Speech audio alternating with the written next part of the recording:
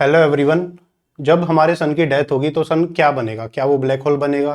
क्या वो white dwarf बनेगा? तो हमने कई सारी ऐसी टर्म सुनी है कि जैसे red giant, red super giant क्या होता है, फिर उसमें प्लानेटरी नेब्यूला क्या होता है, फिर हमारा सुपरनोवा क्या होता है। तो ये सारी चीज़ें आज इस सेशन में हम देख लेंगे तरीके से, फिर आपको कोई भी कन्फ्यूज़न नहीं होगी। किसी भी तरह का क्वेश्चन आएगा आप आराम से कर सकते हैं।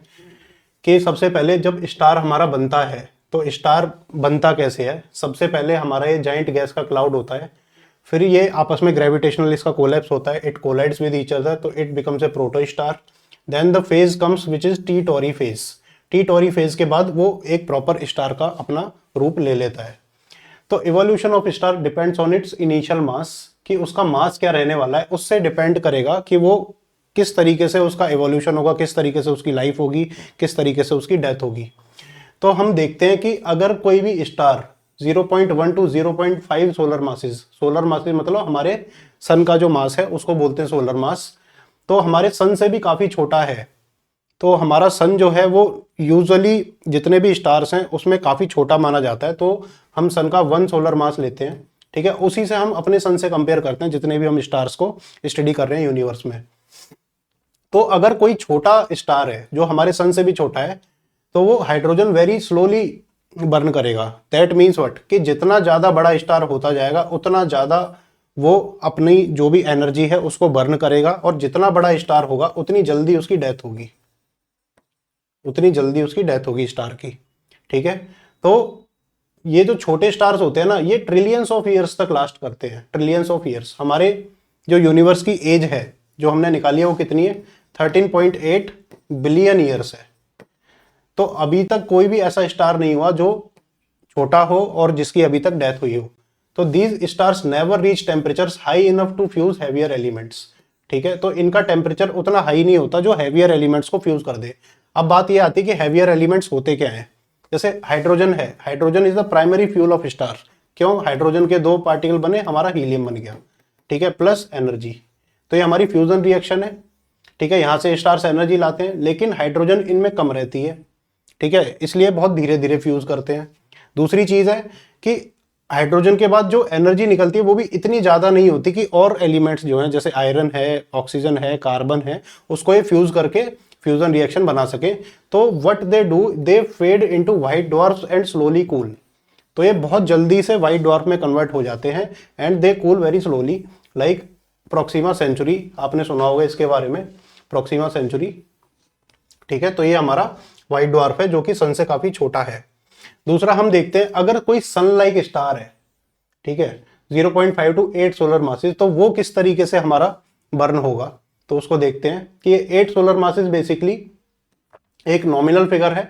हमारी जो चंद्रशेखर लिमिट है, चंद्रशेखर लिमिट क्या कहती है कि अगर 1.4 सोलर मासेस से ज्यादा है कोई भी स्टार तो वो व्हाइट डॉर्फ में कन्वर्ट नहीं होगा। अगर 1.4 सोलर मासेस से कम है स्टार तो वो व्हाइट डॉर्फ में कन्वर्ट होगा। कैसे?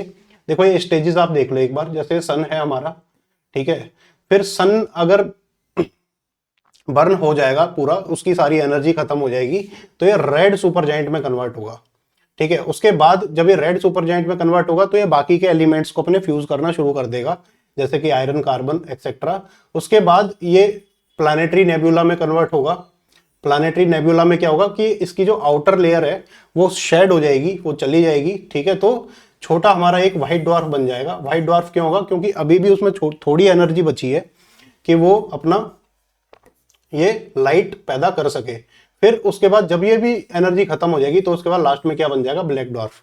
तो हमारा जो सन है वो क्या बनेगा? वो ब्लैक होल नहीं बनेगा, वो हमारा ब्लैक डॉर्फ बनेगा at the end of its life.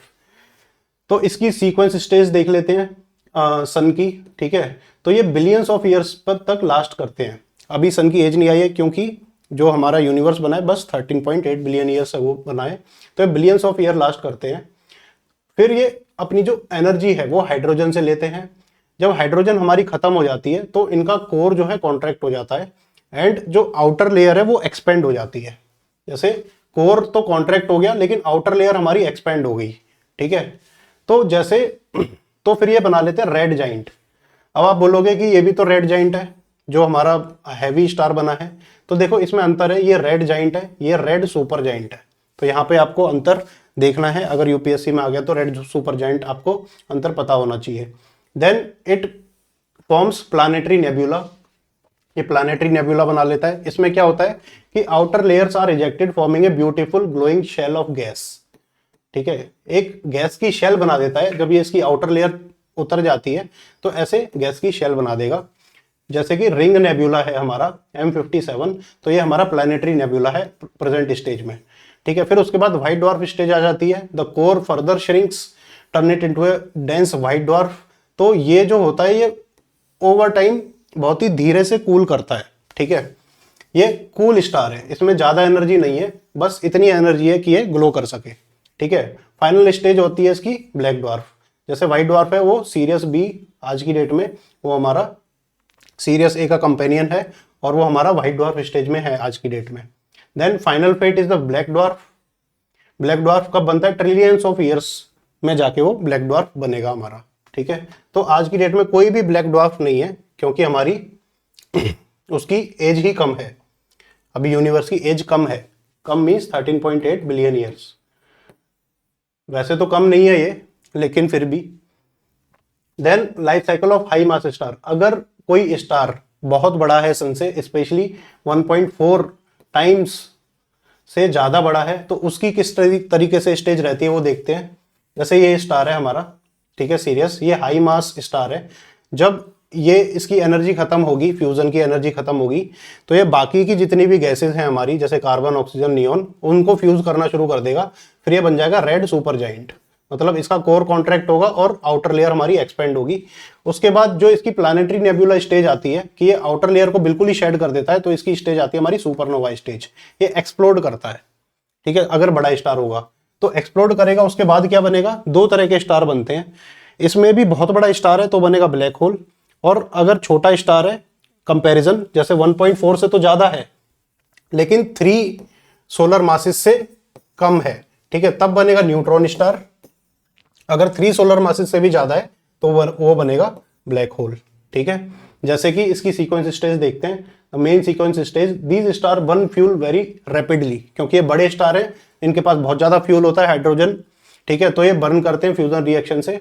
तो जब इनका फ्यूल खत्म हो जाता है उसके बाद ये बनाते हैं red super giant phase. After hydrogen is depleted, the core contracts and outer layer expends greatly.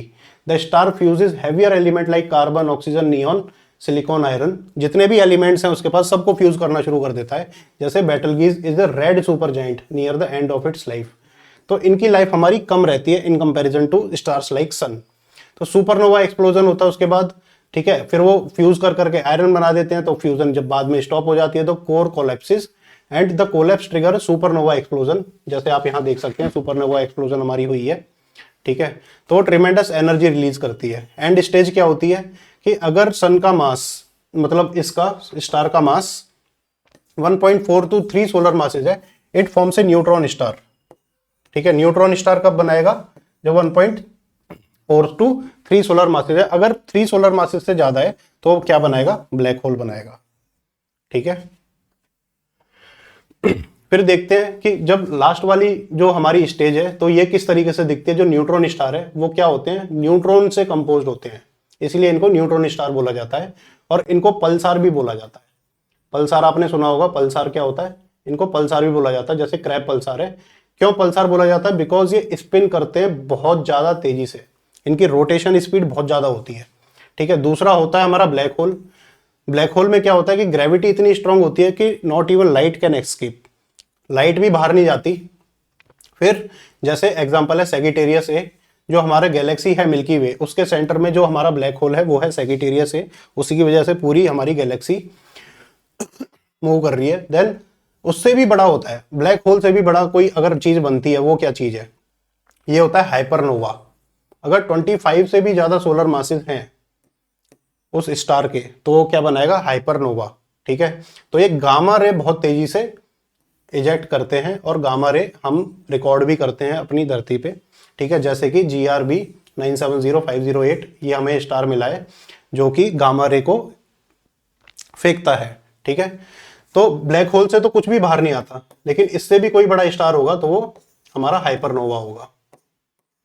ठीक है, तो इसी के साथ ऐसे ही सारे कॉन्सेप्ट्स आप करने के लिए हमारी क्लासेस को ज्वाइन कर सकते हैं, जिसमें हम प्रीलिम्स, मेंस एंड इंटरव्यू की सारी तैयारी करते हैं। Thank you all.